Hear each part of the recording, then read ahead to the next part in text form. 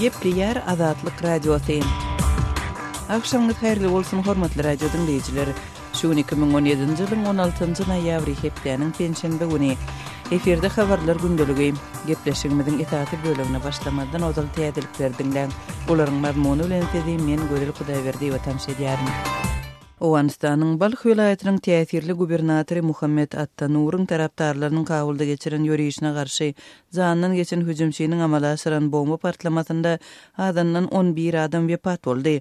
Prezident Ashraf Ghani'niň Milli Bütewlik hökümetiniň açyk tanqidçisi we Talibana garşy görüşen Demirgazyk alýansynyň töweşiji toporunyň öňkü lideri Nur 16-njy noýabrda geçirilen ýörüşe gatnaşmandy. Kabulyň polisiýasynyň Azat Ýewropa Azatlyk radiosyna aýtmagyna görä partlamada helak bolanlaryň arasynda adından 9 sany polisiýa ofiseri we 2 sany raýat bar. Adından 7 sany polisiýa işgäri yaralanypdyr. Partlama Kabulyň Haýyrhana etrabynda Navin toý köşküniň golaýynda boldy. Dünýäniň dopingga garşy agentligi WADA ortiýetiň indiki ýylda Gyşky Olimpiýa oýunlaryna gatnaşmagy baradaky umydyny puza çykardy we ýurdun dopingga garşy talaplary heniden berjay etmeýänligini aýtdy. WADA-nyň esaslandyrjy ýol başçylary 16-njy noýabrda Seulda geçirýän maslahatynda borçlaryň berjay edilişine syn edýän komitetiň ortiýetiň dopingga garşy Rusada agentliginiň ygtyýarlygyny dikeltmezlik teklibini tasdikladylar. Rusadanyň işi 2015-nji ýylda togtadylypdy. WADA-nyň soňky karary ortiýetiň sportsmenleriniň fevral aýynda Günorta Koreýede geçiriljek Gyşky Olimpiýa oýunlaryna gatnaşmagyna gadagançylygy göz öňünde tutýar. Ortiýetiň 6 sportsmeni doping testinden geçip bilmedi. Halkara Olimpiýa Komitetiniň dekabr aýynda geçirijek maslahatynda ortiýetiň sportsmenlerine Günorta Koreýede olimpiýada gatnaşmagyna ruhsat bermegine garaşylypdy. Kırgızstanyň prezidenti Almazbek Atambayew ýurdunyň Gazagstandan $100 million möçberinde mali kömegini almagy boýunça lalaşyk geret edýän kanuny gol çekdi. Bu maliýe serişdesi Kırgızstanyň gümrük infrastrukturasyny Ewraziýa ykdysady birleşiginiň standartlaryna laýyk getirmek üçin niýetlenipdi. Kırgızstanyň prezidentiniň web saýtynda 16-njy noýabrda çap bolan beýanatda Daşary işler ministrligine täze kanun barada Gazagstanyň hökümetini habarly etmegiň tapşyrylanlygy aýdylýar. Kırgızstan Ewraziýa ykdysady birleşigine 2015-nji ýylyň awgust aýynda goşuldy. Ortiýetiň ýolbaşçylygyndaky bu birleşige şeýlede Gazagystan, Belarus we Ermenistan girýär. Gazagystan Kırgızstana $100 million kömek berjegini 2016-njy ýylyň dekabrynda aýdypdy we onuň birinji bölegini 2017-nji ýylyň aýagyna çenli berjegini wada berdi. Emma Bişkek bu kömek puluny entek görmänligini aýtdy. Merkezi Aziýa regionunyň bu goňşy ýurdunyň gatnaşyklary soňky aýlarda ýaramazlaşdy. Kırgızstanyň prezidenti Almazbek Atambayew Nazarbayewi Kırgızstanyň 15-nji oktýabrda geçirilen saýlawlaryna goşulşmakda aýplady. Zimbabwe'niň paýtagty Harare'niň harbiýlerin gözegçiligine geçmeginiň ýa-ni ýurtda 16-njy noýabrda dartykynlylyk güýçlendi. Harbiýler öz hereketleriniň prezident Robert Mugabe'niň daşyndaky jinaýatçylary garşy gönükdirilendigini aýtdylar. Reuters agentliginiň Harare'däki habarçysy ýagdaý harby agdalçyk bolmagy ähtimal diýip häsiýetlendirdi. Emma ol harby operasiýalaryň netijesinde 93 ýaşly Mugabe'niň 40 ýyla golay wagtlyk häkimetiniň soňuna çykyp çykmazlygynyň nämälim galýanlygyny belledi. Zimbabwe'niň harby resmiýetleri Mugabe'ni 14-nji noýabrda köşkünde gabadylar. Şol wagtyň özünde de etkerler paýtagtyň ençeme ýerini we döwlet telewizionasyny öz gözegçiligine aldylar. Günorta Afrikanyň media maglumatlaryna görä Günorta Afrikanyň goranmak we döwlet howpsuzlygy ministrleri prezident Jacob Zumanyň ýolbaşçylygynda 15-nji noýabrda Harare'ye barypdyr. Olaryň 16-njy noýabrda prezident Robert Mugabe we Zimbabwe'niň harby liderleri bilen duşuk geçirmegine garaşylýanlygy aýdyldy. Ortiýet Moskwanyň geçen aýda Kataloniýanyň garaşsyzlygy boýunça sesberişlik bilen bagly kriziň döremegine iterge beren galp maglumat ýaýradan bolmagy barada Ispaniýanyň liderleriniň öňe süren çaklamalarını ret etdi. Ispaniýanyň häkimetleri NATO we gazetler şol çaklamalary goldap biljek ýekje-de agramly delil getirmediler diýip Kremliň matbuat wekili Dmitri Peskov 15-nji noýabrda aýtdy we biz şol çykyşlary esassız hasaplaýarys diýdi. Günbatar liderleri we aňtaw agentlikleri ortaya geçen ýyldan bäri Günbatar ýurtlarynda agdalylyk döretmek we jemgyýetiň pikirine täsir getirmek boýunça gizliň kampaniýalary amala asyrmakda. Şol sanda Britaniýanyň Ýewropa bileşiginden çykmak boýunça 2016-njy ýylda geçiren ses berişligine we 2016-njy ýylda Birleşen Ştatlaryň prezidenti Donald Trump'yň saýlanmagyna goşulşmakda guman edýänligini aýdýarlar. Hormatly radio dinleýijiler, siz günüň käbir täzelikleri bilen tanyş boldyňyz. Adatlygy isleýän wagtyňyz isleýän ýeriňizde dinlemek isleýäňizmi? Munuň üçin SoundCloud tilsiminde Adatlyk radiosyny tapyň we ýazylyň. Adatlygyň maglumatlaryny ilkinji bolup dinleň. Play Store'dan ýa-da iTunes'dan SoundCloud'un tilsimini indirmek ýatdan çykarmaň. Adatlygy SoundCloud tilsiminde Adatlyk radiosy ýazyp tap bilersiňiz.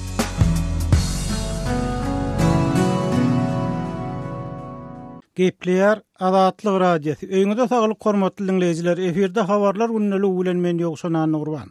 Adatlygyň odal hem habar berýäli Türkmenistanyň welaýatlaryň özara serhetleşýän ýerlerindäki we beýlek sebitlerindäki barlyk nokatlaryny güýçlendirilen howpsuzlyk çäreleri sonuň bilen bir wagtda ýolagçylar we olaryň ulaglaryny berk garlamak dowam etdirilýär.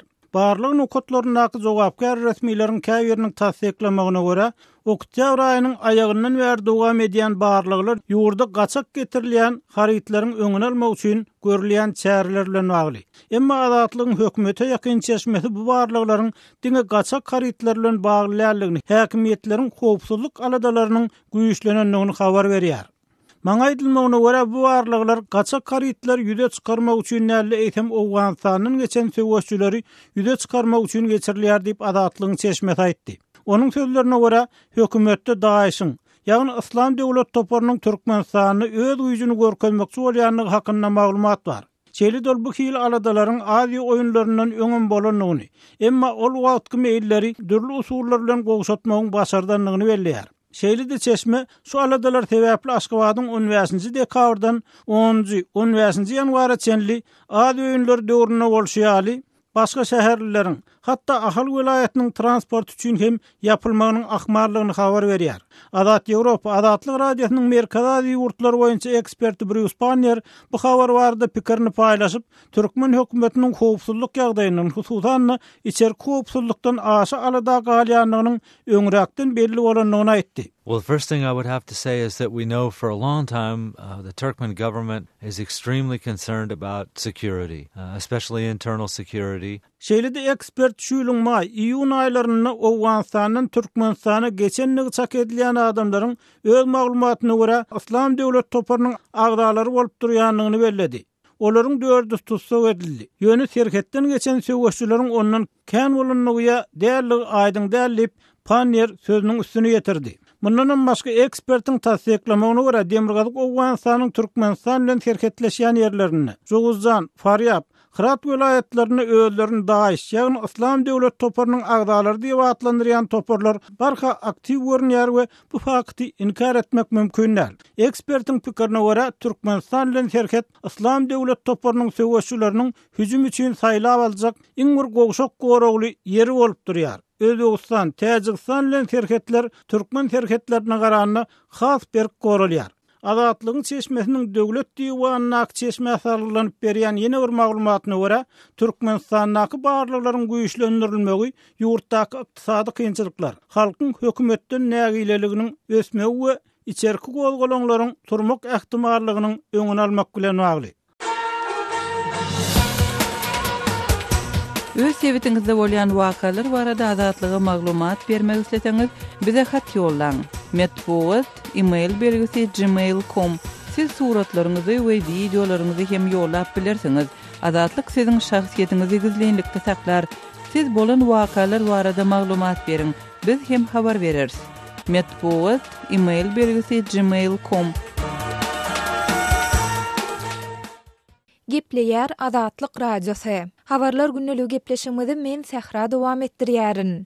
Türkmenistanda 1-nji noýabrdan başlap raýatlaryň daşary ýurtlaryň kollejlerinde, ýagny hüner mekdeplerinde okuyan çağalaryna Western Union we MoneyGram arkaly pul iýermegine gadagynçylyk girdildi. Ýatlap geçsek, mundan öň daşary ýurtlaryň kollejlerinde ýa ýokary kujaýlarynda okuyan türkmen studentleriniň enatasy ýa-da ýakyn howsarlary her ay 1000 Amerikan dollaryna çenli möçürdäki türkmen manadyny özüniň daşary ýurtda okuyan çağasyna agtygyna ýa-da doganyna uradyp bilýärdi.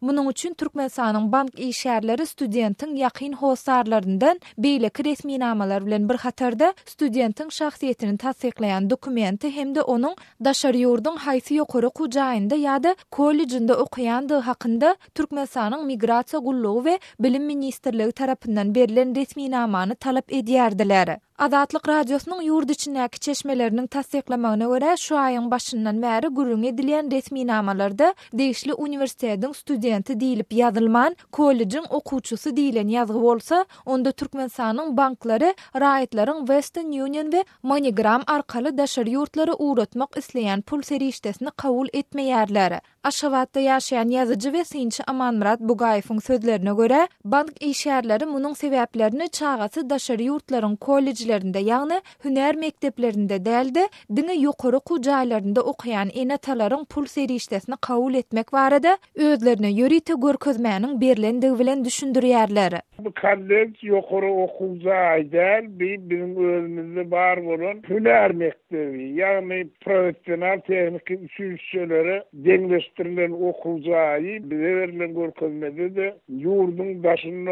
okuyan studentlere howsarlar tarapyndan pul uratmagy, kömek bermek bizden talap edilýär. Şol üçin biz bir professional tehnik üçüncü derejesinde okuwjaýyna okuyanlara pul uratmagy döwlet tarapyndan gadaganlyk girildi diýip muny bank işgärleri açsan aýdýar. Diýip Bugaýew häzirki wagt çağlary daşary ýurtlaryň kollejlerinde ýa-da hüner mekdeplerinde okuyan enatalaryň pul iýermegi üçin başga alternatiwanyň ýokdugyny gürrüň berdi. Gepin gerdişine görä ýatlasak 2016-njy ýylyň ýanwar aýyndan başlap ýurtda dollaryň sowdasy resmi taýdan besedilen soň bu Türkmenistandan daşary ýurtlara, şol sanda ýurdun daşynda okuyan taliplara şeýlede daşary ýurtlardan Türkmenistana pul iýermek bilen bagly girdilen çäklendirmeleriň iň soňkusydyr. Geçen ýylyň başyndan bäri Türkmenistandan daşary ýurtlara, şol sanda ýurdun daşynda okuyan taliplara pul iýermek üçin raýatlardan dokumentleriň ençemesi şeýlede aýlyk we pensiýa hakyndaky tasdiknama, garyndaşlygy tasdiklayan subutnama we studentin okuyan ýerinden resmi namalar talap edilýär. Şol bir wagtda da studentleriň howsarlary daşary ýurtlara diňe özüniň ýazygda duran welaýatynaky banklaryň üstü bilen pul uradyp bilýärler. Şol bir wagtyň özünde türkmen häkimetleri we media serişdeleri bu çäklendirmeler hemde onuň Türkmenistanlara ýetirýän täsirleri barada häzirki güne çenli ilat köpçüligine düşünürşýärdi, maglumat bermän gelýärler. Öz sebitinizde bolýan wakalar barada adatlyga maglumat bermek isleseňiz, biziň Facebook hasabymyzda ýazyň. Bizi gözlegi bölümine Adatlyk Radiosy ýazyp tap bilersiňiz. Siz suratlaryňyzy we videolaryňyzy hem ýollap bilersiňiz. Adatlyk siziň şahsiýetiniňizi gizlinlikde saklar. Siz bolan wakalar barada maglumat beriň, biz hem habar bereriz.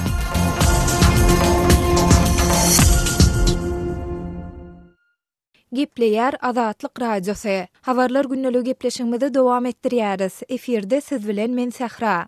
Liwap welaýatynyň Köýtündan etrafyndaky döwleti deýişli idara kärhanalarynda işleýän işgärleriň we mekdep okuwçylarynyň tas ählisiniň diýenýaly paýta ýygymna mejburi çekilýändigine bu etrawyň käbir ýaşaýjylary habar berýärler. Howpsuzlyk ýagdaýlary sebäpli adynyň efirde agzalmadlygyny soran Köýtündagly Lukman budjet işgärleriniň hem öz wezipesini ýerine ýetirmelidigine hem-de öz ýerine hakyna adam tutup paýta ýygymna uratmalydygyny aýdýar. Alan aýlygymyzyň ýarysy deregimize paýta çykýan adama gidýär. Hem işleýär, hem de deregimize paýta çykýan adama günne 10 manat berýär. Köýtündagdy ähli wezipedäki işgärlerden hökmany suratda paýta çykmaklyk talap edilýär. Diýip saglyk işgäri özüne derek paýta ýygjak adamy hakyny tutmandygy üçin özüniň işden çykarlandygyny gürrüň berdi. Şeýlede ol bu çäre mekdep okuwçylarynyň hem tas ählisiniň diýenýaly çekilýändigine, paýta ýygymy döwründe çağalary ýylan çakyp olaryň helakçylyga uçramak ýaly wakalaryň hem bolýandygyny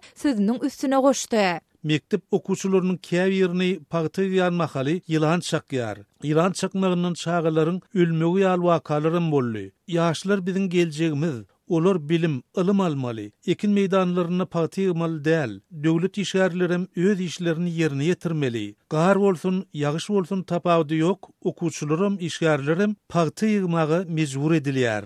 Dip saglyk işäri belleýär. Ýatlap geçsek Azatlyk radiosynyň ýurt içindäki beýleki çeşmeleri hem Türkmenistanyň Ahal, Mary we Daşowut welaýatlarynyňky owa hem de etrap mekteplerinde 5-nji 11-nji klasa okuwçylarynyň tas ählisiniň diýenýaly pagty ýygymna mejburi çekilýändigine oktyabr aýynyň ahirinde habar beripdiler. Mundan öň bolsa has takygy şol aýyň başyna agdalýan welaýatlaryň etrapdyr owalarynyňky büdjet işärleriniň aglawasynyň pagty ýygmaga mejbur edilýändigi, bu çäre gatnaşmak islemeýänleriň öz diregine hakyny ýygymçy tutmaly bolýandygy barada maglumatlar gelip gowuşupdy. Şeýle-de 5-nji noýabrda Türkmenistanyň Alternativ Habarlar neşri ýurduň Daşowut we Lewap welaýatlarynyňky ekin meýdanlarynda 7-nji ýaşyna ýetmedik mektep okuwçylarynyň pagty ýygýan pursatlaryny şekillendirýän ýörüýte suratlary hem çap etdi. Galybersede ýurtda büdjet işärleriniň we mektep okuwçylarynyň pagty ýygymyna çekilmegi 22-nji oktýabrda Türkmen daýhanlarynyň ýurduň harmanyna 1.050.000 tonnadan gowrak pagty tawşyryp, şertnamalaryň borçnamalaryny ýerine ýetirendigi resmi taýdan yglan edilendigine garamazdan dowam edýär. Türkmenistanda mektep okuwçylarynyň pagty ýygymyna çekilmegi resmi taýdan gadagyn edilse-de, Türkmen häkimetleri halkara hukuk goraýjy guramalar tarapyndan pagtyçylykda mejburi zähmetden we çağı zähmetinden peýdalanmakda tanqid edilýär. Sözümdiň ahirine bellesek, Türkmenistan şu ýyl 545.000 hektar ýere pagty ekip, pagty ýygymyna 30-njy awgustda girişdi we Türkmen prezidenti pagty hasylyny ýurtda 27-nji oktýabrda bellenilýän garaşsyzlyk gününe çenli tamamlamagy tawşyrypdy. Gepleýär Azatlyk radiosi. Gadyrly dinleýijiler, Azatlyk radiosi türkmen raýatlarynyň haýyşlary esasynda olaryň prezidenti öz problemleri baradaky arzularyny eşdirip bilmeklerine mümkinçilik töretmek maksady bilen hormatly arkadagatly ýörüýte rubrika başlaýar.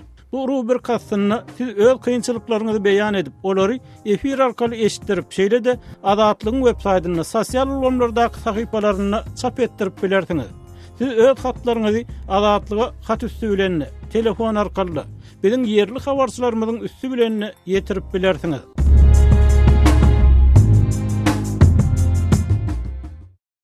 Gepleýär Azatlyk radiosi habarlar günneligimizi dowam etdirýär. Dünýä ýurtlaryna internetiň ulanylşy we el ýeterligi boýunça soňky geçirilen barlyklar esasynda çap edilen täze hasabatda Türkmenistan öz ýylatynyň internet ulanmagyny imkan çäklendirýän ýa-da ýeterlik mümkinçilik döretmedik döwletleriň hataryna agdalýar. Birleşen Ştatlarda internet hyzmatlary boýunça ýörüýteleşen Akamai Technologies guramasynyň hasabatyna aýdylmagyna görä, Belarus, Birma, Kuba we Demirgaz Koreýa ýurtlar öz raýatlarynyň internet el ýeterligini hökümet siýasatyny gadagan edýär. Şol wagtda ýörüýte uruhat bilen berk gözegçilik aslynda döredilýän internet mümkinçiligini we Wi-Fi satyn almak Kuba ýurtlarda esasan diňe uly şäherlerde el ýeterli bolup galýar.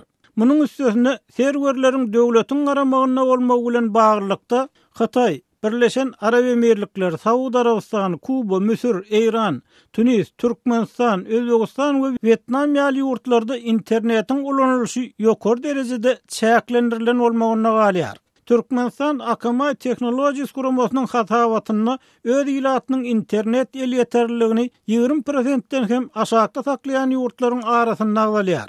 Ýaşaýjylarynyň internet el ýeterligi 20%den aşakda galýan ýurtlaryň sanyny Türkmenistandan başga Zimbabwe, Zambiya, Namibiya, Madagaskar, Mozambik, Angola, Yemen, Pakistan, Nepal, Hindistan, Bangladeş, Sri Lanka, Myanmar we Indoneziýa girilipdir. Deňeşdirmek üçin aýdylsa dünýäniň ykdysat taýdan ösen we baý ýurtlarynyň köpüsinde ýylatyň günnelik internet el ýeterligi 90%den hem ýokarda bolup durýar. Angliýanyň Milli Statistika Edarasynyň maglumatyna görä, bu ýurduň 16 bilen 35 ýaş aralygyndaky ýaşaýjylarynyň 99% internet ulanjy bolup durýar. Bu ýaşdaky adamlar günni 10 sagada golay wagtyny internetde geçirýär. Halkara Business Times neşriniň şu ýylyň başynda geçiren pikir soramalarynyň maglumatyna görä, Amerikanlaryň 3-den 2-si internet el ýeterliligini adam hukuklary däli eýsem privilegiýa, amatlylyk gasaplaýar. Şol ruwatda Amerikan ýylatynyň 32% internet el ýeterligini esasy adam hukuklarynyň biri gasaplaýar. Türkmenistanda ýylatyň internet el ýeterligi öňkü prezident Sapar Murat Niýazowyň ýurt dolandyran ýyllaryny şahsy adamlar üçin dolýany ýapykdy. Emma Gurbanuly Berdimuhammedow 2007-nji ýyldaky prezident saýlawlarynyň kampaniýasyny ýurdun ýylatyny internet el ýeterligini wada berdi. Ýöne muňa garamazdan onuň wada beren interneti dünýäde iň haýal we gymmat internetleriň biri bolup çykdy. Şeýle-de Türkmen prezidenti internetiň ganym duşmanlarynyň hataryny agdalýar.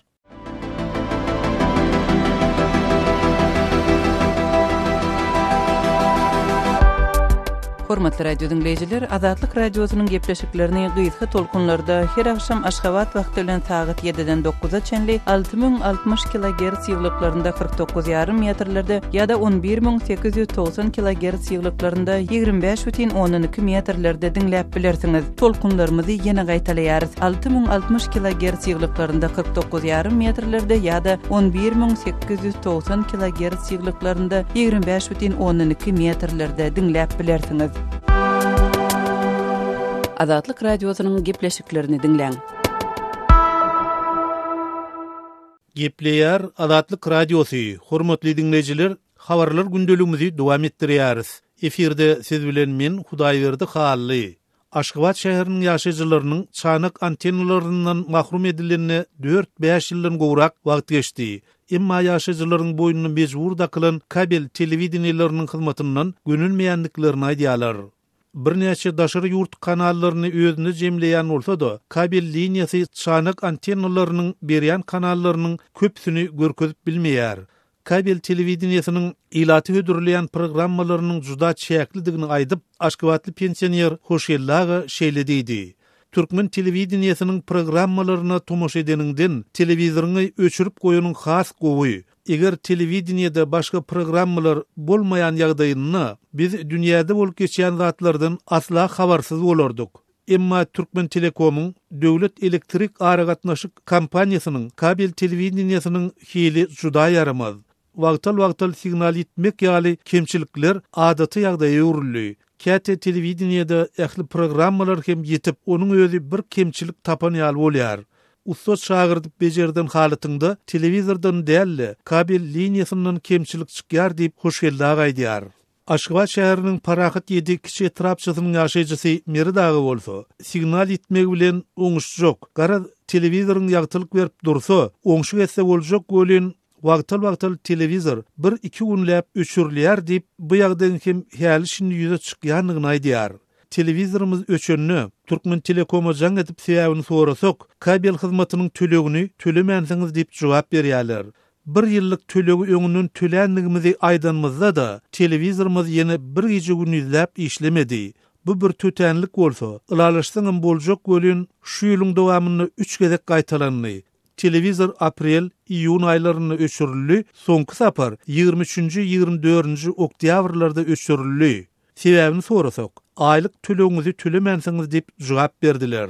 Men ýene töleg kwitansiýamy alyp Türkmen Telekom'un döwlet elektrik aragatnaşyk kampaniýasynyň edara jaýyna baryp görkezenimden soňra da ýene bir gece gününden soňra telewizorymyz işläp başlady diýip Meridagy aýdýar. Azatlygy line ulgamynda Osmok 420 773 797 383 telefon belgisi arkaly tapyp bilersiňiz. Biziň bilen habarlaşyp maglumatlary, suratlary we videolary ugradyň. Şahsiýetiňiz doly gizlilikde saklanır. Osmok 420 773 797 383.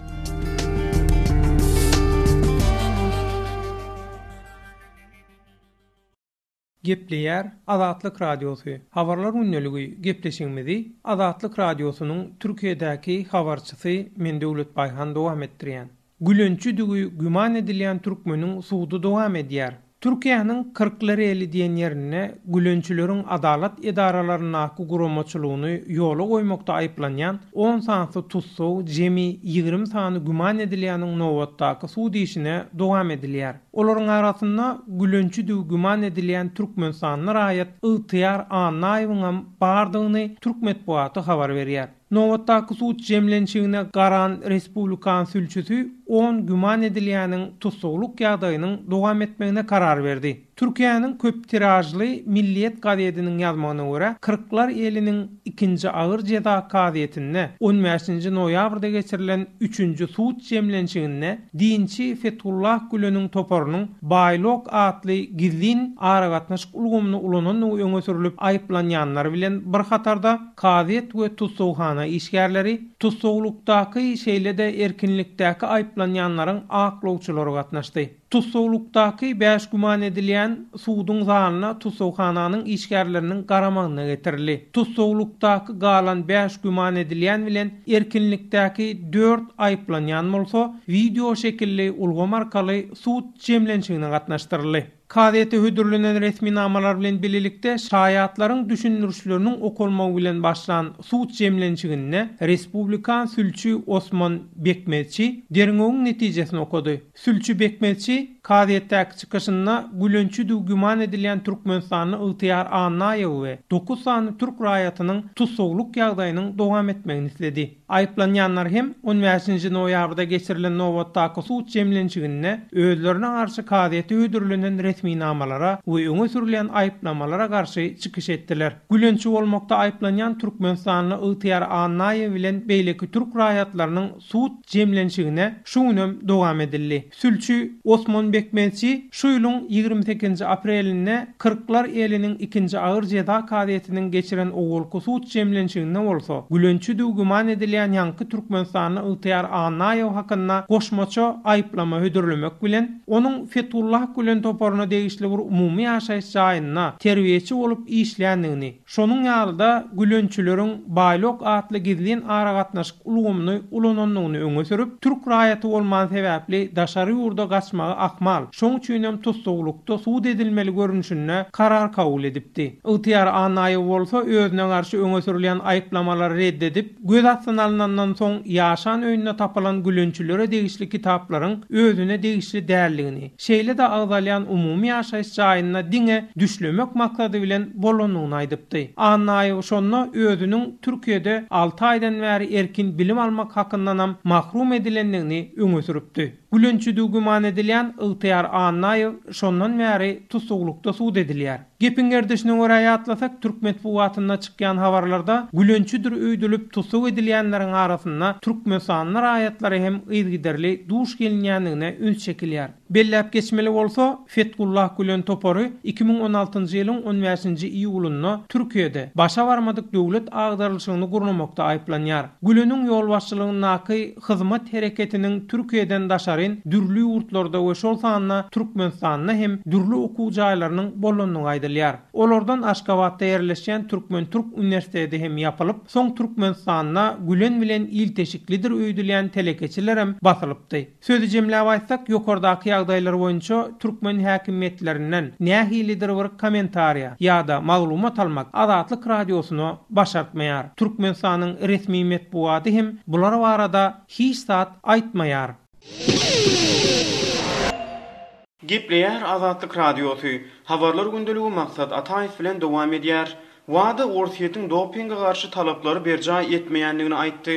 Wada ýagny dopinga garşy bütün dünýä agentligi Orsiýetiň dopinga garşy talaplary heniden berja etmeýändigini aýdyp, onuň üstümizde pil geçiriljek gyşky olimpiýa oýunlaryna arasy gatnaşmak baradaky umytlaryny puja çykardy. Wadanyň esaslandyrjy ýol başçylary 16-njy noýabrda Seýulda geçiren maslahatyny borçlaryň berjaý edilişine fin edýän komitetiň Orsiýetiň dopinga garşy Rusada agentliginiň ygtyýarlygyny dikeltmezlik teklifini tasdikladylar. Rusadaň işi 2015-nji ýylda doping aýplamalarynyň esasyna togtudylypdy. Wadanyň gelen bu netijesi fevral aýyny Günorta Koreýede geçiriljek gyşky olimpiýa oýunlaryny Orsiýetli sportsmenlere garşy girizilmegi mümkin bolan giňişleýin qadağançylyk ähtimallyklaryny döretdi. Doping sınavlarından geçip bilmedik 6 ortiyetli sportsmeni bireyem qadağançylyk giridildi. Halkara Olimpiya Komitetiniň ýerine ýetirji geňeşiniň dekabr aýyna Şwetsariýanyň Lozan şäherine geçirjek ýygnagyny Günorta Koreýede geçiriljek oýunlary ortiyetli sportsmenleriň gatnaşdyrylmazlygy barada karar kabul etmegine garaşlýar. Premier Ministriniň orunmasary Vitaliy Mutko wagdanyň gelenşeýli netijesini öýleriniň garaşandygyny aýtdy. Mutko 2008-2016 ýyllar aralygynda Ortiýanyň sport ministerligine ýol başçylyk edipdi. Ortiýanyň prezidenti Vladimir Putin we Kremliň beýlik resmiýetleri döwletiň himayet etmegine doping ulgamlarynyň ulanylýandygyny ret edýärler. Ýöne wada agdalýan aýyplamalar dogrusunda öýlerine subutnamalaryň bardygyny aýdýar. 16-njy noýabrda wagdanyň şeýle karar kabul etmeginden soň Ortiýanyň Olimpiya Komitetiniň başlygy Aleksandr Zhukov döwletiň himayet edýän doping ulgamy ortiýetde ýok, ol ozalan bolmany diýip berknutdy. Wagdanyň 2015-nji ýylda ýaýradan aýratyn ähmiýetli hazawatyny ortiýetde döwlet derejesinde ýürüdilýär diýilýän doping aýyplamalary we beýleki asryn ýaşrynlyklar ilkinji gezek aýan edilipdi. Hut şol sebäpden Ortiýanyň dopinga garşy agentligi ýatyrylypdy. Wada 2014-nji ýylda Soçy'da geçirilen gyşky Olimpiya oýunlaryna ýüzlerçe ortiýetli sportsmenleriň we sport resmiýetleriniň gatnaşmagyna doping ýaşyrmak üçin edilen ogryn döwüşükler barada öýlerini ekstensiw subutnamalaryň bardygyny aýtdy. Soçy'da geçirilen oýunlarda ortiýet medal gazanmakda beýleki döwletlerden esli arany açypdy. Ortiýanyň ýürüýti guruluklarynyň we sport ministerliginiň Soçy'da iňňän oýlanşykly gizlin plany guramaçylygyna gatnaşandygyny wada anyklady. Ogryn planyň tertibinde Soçy'nyň doping laboratoriýasyna tapşyrylan düzümi dermanly peşew analizlerini ýürüýti usul arkaly çalşyrmak hem bar ekeni. Üstü açylan maglumatlaryň esasynda 100den gowrak ortiýetli sportsmen geçen ýyl Rio de Janeiro'da geçirilen Tomuzka Olimpiya oýunlaryna gatnaşdyrylmady. Ýöne ortiýetli ýol başçylary ýurdun doping medeniýetini we edaralaryny amala aşyrylan reformalar sebäpli wada ortiýetiň milli toplarynyň 2018-nji ýylda geçiriljek oýunlara gatnaşdyrylmagyna ruhsat berer diýip umyt edipdiler. Wada ortiýetden ýurdun doping ulgamyny hazawatda aýdylýan döwletiň gatnaşygyny boyun almagy talap edýär. Bu bolsa Moskwa üçin iň uly päsgelçiligi döredýär. Sebäbi ortiýet ýüze çykan doping barada kanun bozmalaryň käbir sportsmenleriň we olaryň türgülleriniň şahsy jogapkärçilikleri digini aýdýar. Ortiýanyň Olimpiya Komitetiniň başlygy Zhukov wagdanyň Seulda geçiren ýygnagyna ortiýetiň dopinga garşy ulgamynyň şowsuzlyga uçrandygyny boyun aldy. Ýöne ol bu meselede ortiýetiň dopinga garşy agentliginiň resmiýetlerini we onuň Moskwadaky laboratoriýasynyň işgärlerini günäkärledi. Hormatly radio dinleýijiler, şunuň bilen habarlar gündeligimiziň şu günkü sanyny geçirip gotarýarys.